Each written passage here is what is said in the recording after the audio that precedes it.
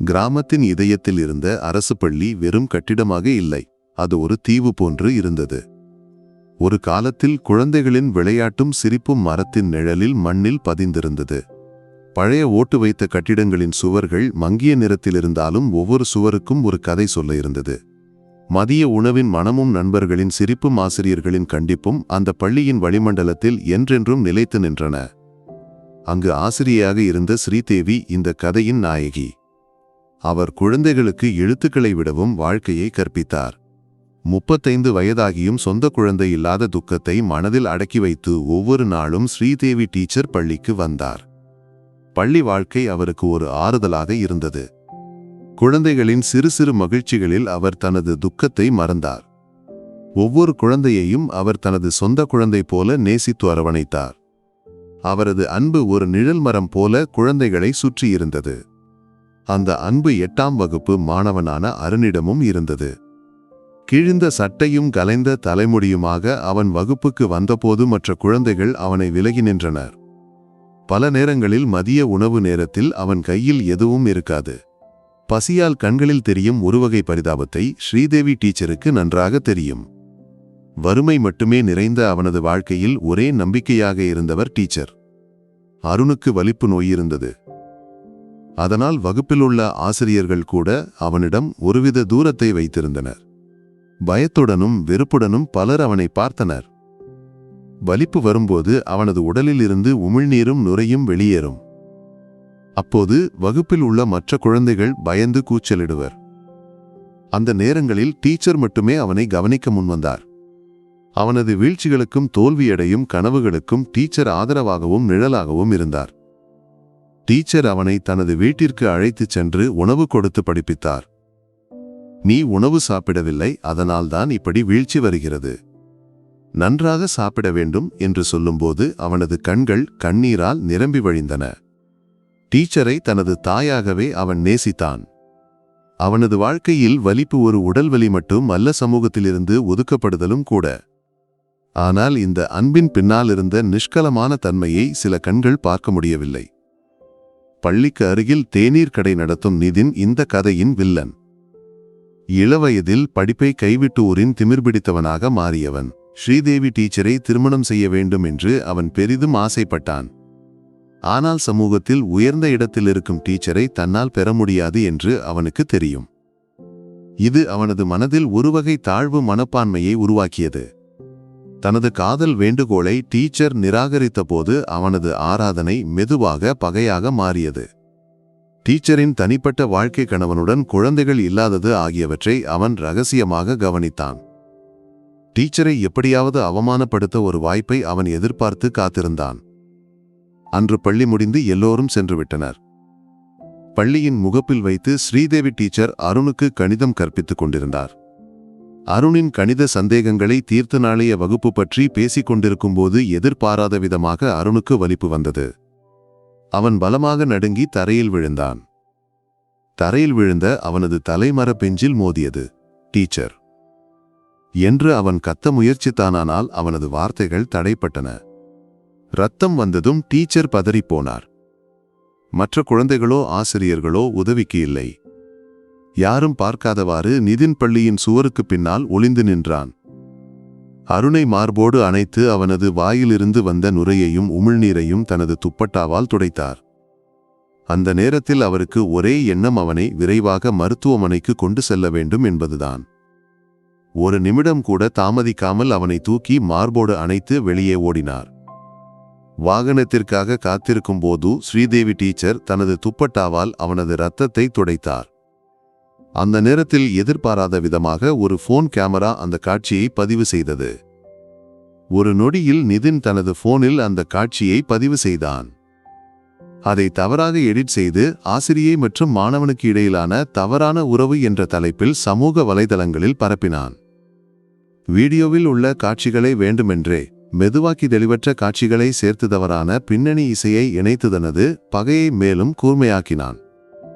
தனது தீய செயல் ஒரு பெரிய வெற்றியை பெறப்போகிறது என்று அவனுக்கு தோன்றியது. அன்று இரவு ஸ்ரீதேவி டீச்சரின் போன் தொடர்ந்து ஒலித்துக் கொண்டிருந்தது. முதலில் அதை ஒரு சாதாரண விஷயமாக நினைத்தார். ஆனால் ஒவ்வொரு அழைப்பிலும் செய்தியிலும் உள்ள குரல் மாறியபோது அவருக்கு ஒரு அமைதியின்மை தோன்றியது. டீச்சர், அந்த வீடியோவை பார்த்தீர்களா? அந்த பையனுடன் என்னென்னவோ என்று ஒரு சக ஊழியரின் கேள்வியை கேட்டு டீச்சர் அதிர்ந்து போனார். என்ன நடக்கிறது என்று அவருக்கு புரியவில்லை. நிதின் பரப்பிய வீடியோ அப்போதே வாட்ஸ்அப் குழுக்களிலும் ஃபேஸ்புக்கிலும் காட்டுத்தீ போல பரவியிருந்தது. தவறான தகவல்கள் ஒரு காட்டுத்தீயைப் போல பரவி வாழ்க்கையை ஒரு பேரழிவை நோக்கி திருப்பியது.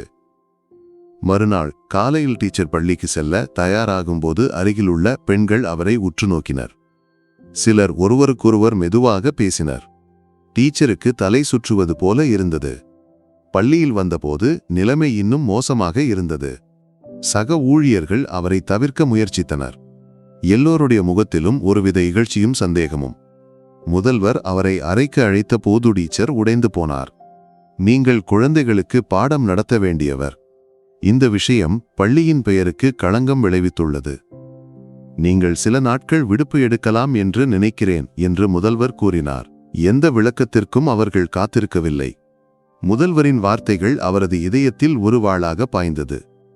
ஸ்ரீதேவி டீச்சருக்கு யாருமில்லாமல் போனது. சமூகத்தில் இவ்வளவு காலம் உருவாக்கிய நற்பெயர் ஒரு நொடியில் தகர்ந்தது. போனில் வரும் செய்திகள் அவரை மேலும் வேதனைப்படுத்தின. ஆசிரியை என்று சொன்னால் இப்படியா? பாவம் அந்த பையன். இவள் போன்றவர்கள்தான் நம் பள்ளிகளை அழிக்கிறார்கள். ஒவ்வொரு வார்த்தையும் ஒரு கத்தியைப் போல அவரது இதயத்தில் குத்தியது. தனக்கு எந்த தவறும் செய்யவில்லை என்று உரத்த குரலில் கூற விரும்பினார். ஆனால் யாரும் கேட்கவில்லை. அதே நேரத்தில் அருணின் வீட்டிலும் இந்த வீடியோ வந்து சேர்ந்தது. கஞ்சி குடித்து பசியை அடக்கி வாழ்ந்த அவனது பெற்றோருக்கு இந்த செய்தி ஒரு இடி போல இருந்தது. சமூகத்தின் முன் அவமானப்பட்டதாக அவர்கள் உணர்ந்தனர். இவ்வளவு காலம் அந்த டீச்சரை நாம் நம்பவில்லையா? நம் மகனை வைத்து என்னென்னவோ செய்துவிட்டார் என்று அருணின் தந்தை கோபத்துடன் கேட்டார். அருண் அழுது கொண்டு உண்மையை சொல்ல முயற்சித்தானால் யாரும் கேட்கவில்லை.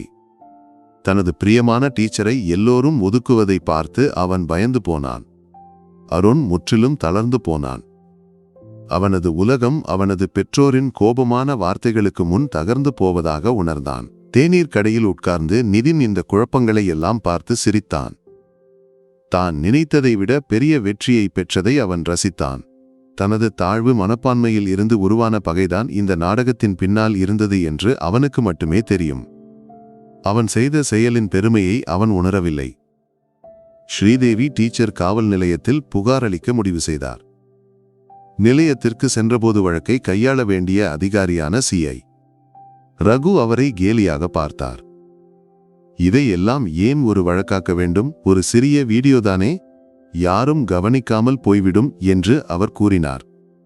டீச்சரின் கண்கள் கண்ணீரால் நிரம்பின.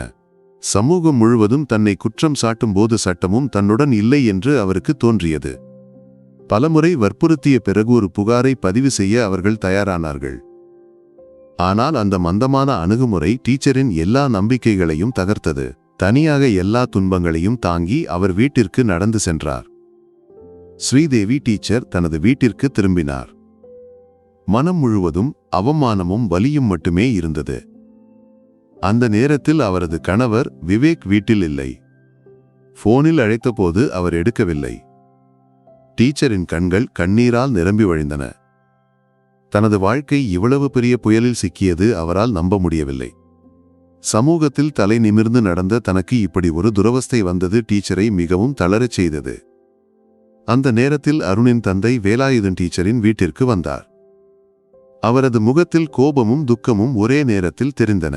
டீச்சர் காரணமாக என் மகனும் குடும்பமும் அவமானப்பட்டது. ஏன் டீச்சர் அவனை தனியாக வைத்தார் என்று கோபத்துடன் கேட்டார். ஸ்ரீதேவி டீச்சரால் எதுவும் பேச முடியவில்லை. தான் செய்தது எந்த தவறும் இல்லை, ஒரு குழந்தையிடம் காட்டிய அன்பு மட்டுமே. ஆனால் யாரும் அதை புரிந்து கொள்ள முயற்சிக்கவில்லை என்று அவருக்கு தோன்றியது.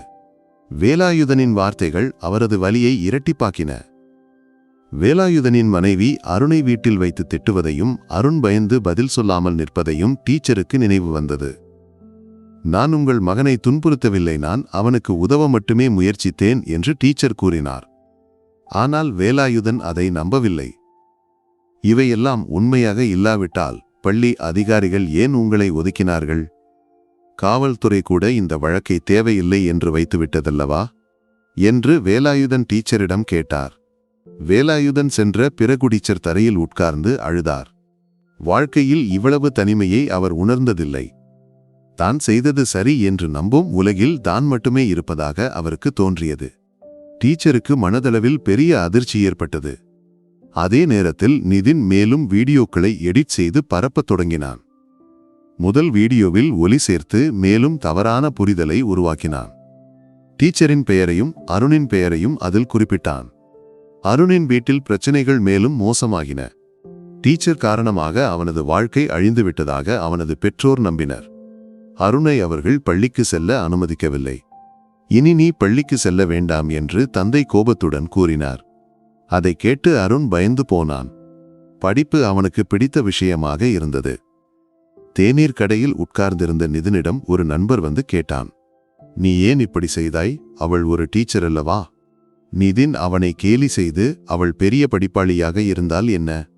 நான் விரும்பினால் அவள் அவமானப்பட்டு நடப்பாள் என்று சிரித்துக்கொண்டு கூறினான். மறுநாள் டீச்சர் தனது கணவரிடம் விஷயங்களை சொல்ல முயற்சித்தார். எல்லாம் நான் சொல்கிறேன் என்று டீச்சர் கூறினார். ஆனால் கணவர் அவரை கவனிக்கவில்லை. எனக்கு இப்போது இதை கேட்க நேரமில்லை என்று அவர் கூறினார். டீச்சருக்கு மீண்டும் தான் தனிமையாகிவிட்டதாக தோன்றியது. ஸ்ரீதேவி டீச்சர் தனது வீட்டு கட்டிலில் நிஸ்ஸகாயமாக உட்கார்ந்தார். கணவர் விவேக் ஒரு அச்சுறுத்தல் போல நின்றபோது டீச்சரின் இதயம் நொறுங்கியது. சமூகத்தில் எல்லோருடைய முன்னிலையில் என்னை அவமானப்படுத்தவில்லையா? என் பெயரும் உன் வீடியோவில் வந்துவிட்டது என்று விவேக் கோபத்துடன் கேட்டார். டீச்சரால் எதுவும் பேச முடியவில்லை. தனது நிரபராதித்தனத்தை கணவரிடம் எப்படி சொல்வது என்று அவருக்கு புரியவில்லை. பல ஆண்டுகளாக நம்பி அரவணைத்த மனிதனின் வார்த்தைகள் ஒரு அம்பு போல அவரது நெஞ்சில் பாய்ந்தது. தான் செய்தது எந்த தவறும் இல்லை, ஒரு குழந்தையிடம் காட்டிய அன்பு மட்டுமே. ஆனால் யாரும் அதை புரிந்து கொள்ள முயற்சிக்கவில்லை என்று அவருக்கு தோன்றியது. விவேக்கின் வார்த்தைகள் அவரது மனநிலையை மேலும் தளரச் செய்தன. அதே நேரத்தில் நிதின் மேலும் வீடியோக்களை எடிட் செய்து பரப்பினான். வீடியோவில் ஒலி சேர்த்து டீச்சர் தவறான விஷயங்களை பேசுவது போல காட்ட முயற்சித்தான். டீச்சரின் பெயரையும் அருணின் பெயரையும் குறிப்பிட்டான். நிதினின் நண்பர்களும் இந்த வீடியோக்களை பகிர்ந்து அவனை ஆதரித்தனர். சமூக வலைத்தளங்களில் இந்த வீடியோவின் கீழே டீச்சரையும் அருணையும் இழிவாக பேசும் கருத்துகள் தோன்றின. அருணின் வீட்டில் பிரச்சனைகள் மேலும் மோசமாகின. டீச்சர் காரணமாக அவனது வாழ்க்கை அழிந்துவிட்டதாக அவனது பெற்றோர் நம்பினர். அருணை அவர்கள் பள்ளிக்கு செல்ல அனுமதிக்கவில்லை. இனி நீ பள்ளிக்கு செல்ல வேண்டாம் என்று தந்தை கோபத்துடன் கூறினார். அதை கேட்டு அருண் பயந்து போனான். படிப்பு அவனுக்கு பிடித்த விஷயமாக இருந்தது. ஆனால் பெற்றோரின் கோபம் அவனை மேலும் பயமுறுத்தியது. அவனது மனது முழுவதும் டீச்சராக இருந்தது. டீச்சர் காரணமாகத்தான் அவமானப்பட்டதாக அவனது பெற்றோர் கூறும்போது அவனது இதயம் வலித்தது. தான் காரணமாக ஒருவருக்கு இப்படி ஒரு நிலை வந்ததில் அவனுக்கு குற்ற உணர்வு ஏற்பட்டது. ஒரு நாள் ரகு அருணின் வீட்டிற்கு வந்தார். அந்த வீடியோவை பற்றி உனக்கு ஏதாவது சொல்ல வேண்டுமா என்று ரகு கேட்டார். அருண் உண்மையை சொல்ல முயற்சித்தான்.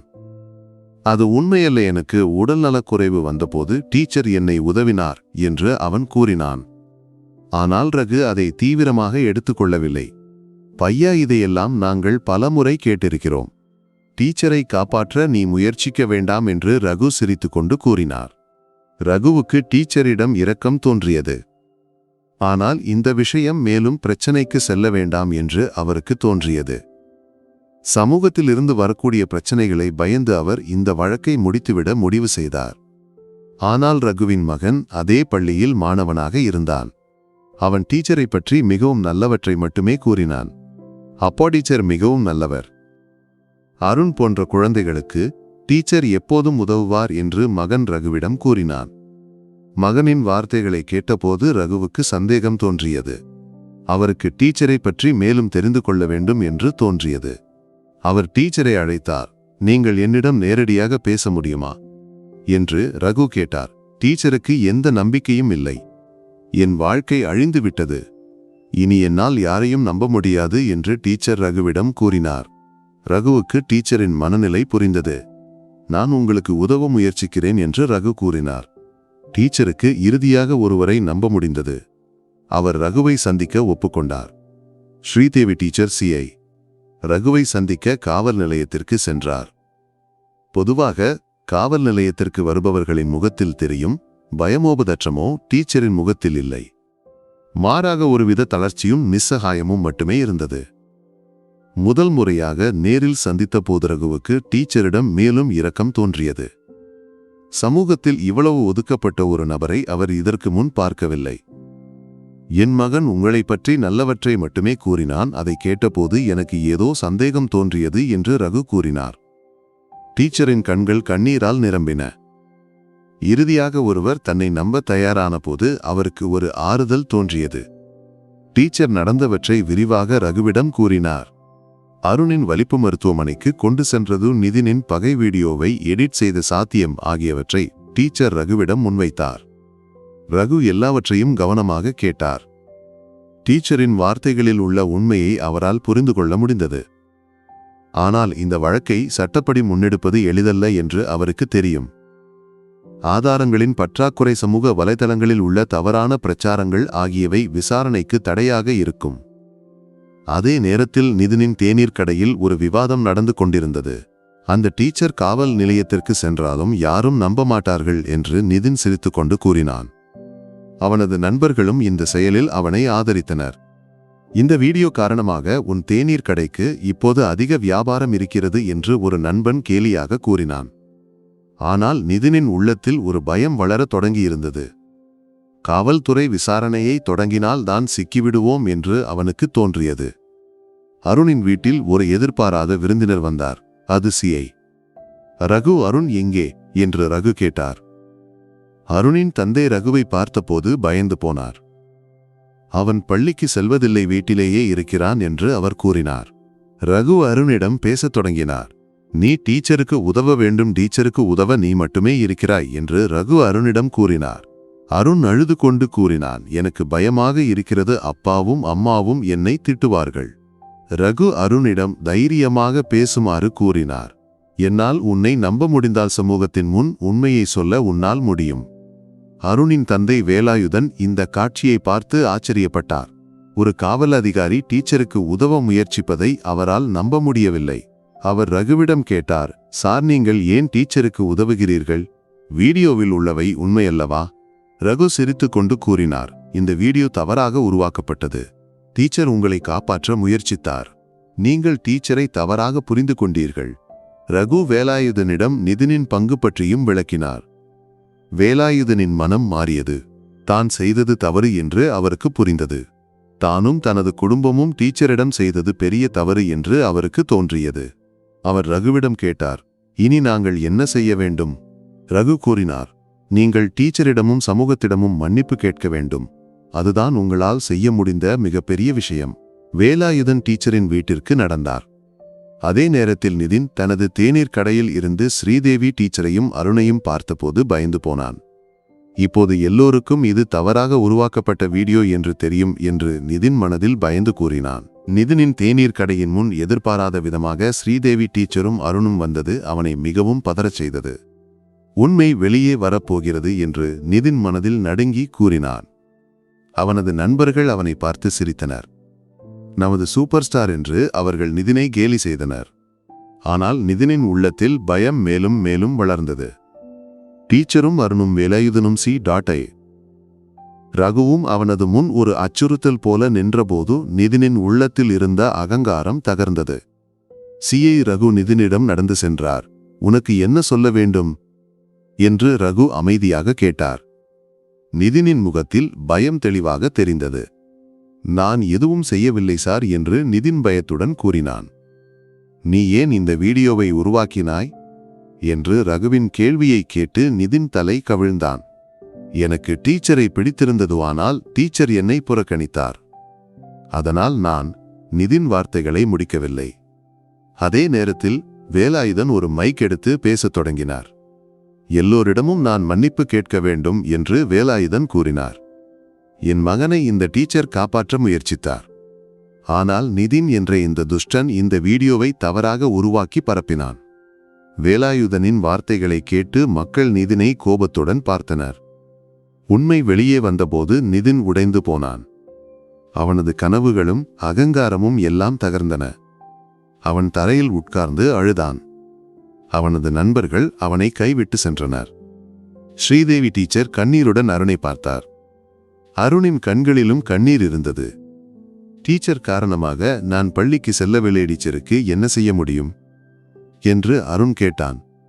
டீச்சர் அவனை அரவணைத்து, நீ பயப்பட வேண்டாம், இனி உனக்கு எந்த பிரச்சனையும் இல்லை என்று கூறினார்.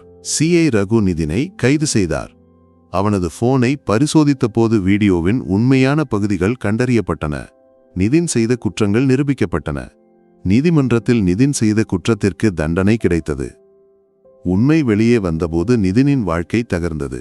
சமூகத்தில் இவ்வளவு காலம் அவன் ரசித்த கேலிகளும் அகங்காரமும் ஒரு நொடியில் இல்லாமல் போனது. தனது கொடூர செயலின் விளைவுகளை நேரில் பார்த்தபோது அவனது உள்ளத்தில் உள்ள பயம் ஒரு வலியாக மாறியது. அவன் தரையில் உட்கார்ந்து அழுதான். அவனது நண்பர்கள் அவனை கைவிட்டு சென்றனர். அவனது தேநீர் கடைக்கு மக்கள் வர தயங்கினர். சமூகம் அவனை வெறுப்புடன் பார்த்தது. அவனது முன் அவனது தகர்ந்த கனவுகள் மட்டுமே மிச்சமிருந்தன. வேலாயுதன் ஸ்ரீதேவி டீச்சரின் வீட்டிற்கு வந்தார். டீச்சரை, என்னை மன்னிக்க வேண்டும், நான் உங்களை தவறாக புரிந்து கொண்டேன் என்று வேலாயுதன் அழுது கொண்டு கூறினார். டீச்சர் அவரை அரவணைத்து, பரவாயில்லை, என் நிரபராதித்தனத்தை புரிந்து கொண்டீர்களே என்று கூறினார். வேலாயுதனின் கண்ணீரில் ஒரு தந்தையின் வருத்தம் மட்டுமல்ல, ஒரு மனிதனின் உணர்வும் இருந்தது. அதே நேரத்தில் ஸ்ரீதேவி டீச்சரின் கணவர் விவேக் டீச்சரிடம் வந்தார். நீ மன்னிக்க வேண்டும், நான் உன்னை நம்பவில்லை என்று விவேக் கூறினார். இந்த நாட்களில் தான் அனுபவித்த வலியை பற்றி டீச்சர் அவரிடம் பேசினார். விவேக் அதை கவனமாக கேட்டார். டீச்சருக்கு ஆறுதல் தோன்றியது. இறுதியாக தனது பிரியமானவர்கள் தன்னுடன் இருப்பதை அவர் உணர்ந்தார். பள்ளியில் டீச்சரை எல்லோரும் வரவேற்றனர். முதல்வர் டீச்சரிடம் மன்னிப்பு கேட்டார். எங்களுக்கு பல தவறுகள் நடந்துவிட்டன, நாங்கள் உங்களை தவறாக புரிந்து கொண்டோம் என்று முதல்வர் கூறினார். சக ஊழியர்களும் குழந்தைகளும் டீச்சரை மரியாதையுடனும் அன்புடனும் வரவேற்றனர். அதே நேரத்தில் அருண் பள்ளிக்கு திரும்பினான். டீச்சரை, எனக்கு பயமாக இருக்கிறது என்று அருண் கூறினான். டீச்சர் அவனை அரவணைத்து, நீ பயப்பட வேண்டாம், இனி உனக்கு எந்த பிரச்சனையும் இல்லை என்று கூறினார். அவனது கண்களில் ஒரு புன்னகை மலர்ந்தது. நிதினின் குற்றங்கள் நிரூபிக்கப்பட்டன. அவனது போனை பரிசோதித்த போது வீடியோவின் உண்மையான பகுதிகள் கண்டறியப்பட்டன. நிதின் செய்த குற்றங்கள் நிரூபிக்கப்பட்டன. நீதிமன்றத்தில் நிதின் செய்த குற்றத்திற்கு தண்டனை கிடைத்தது. நீதி வெற்றி பெற்றது.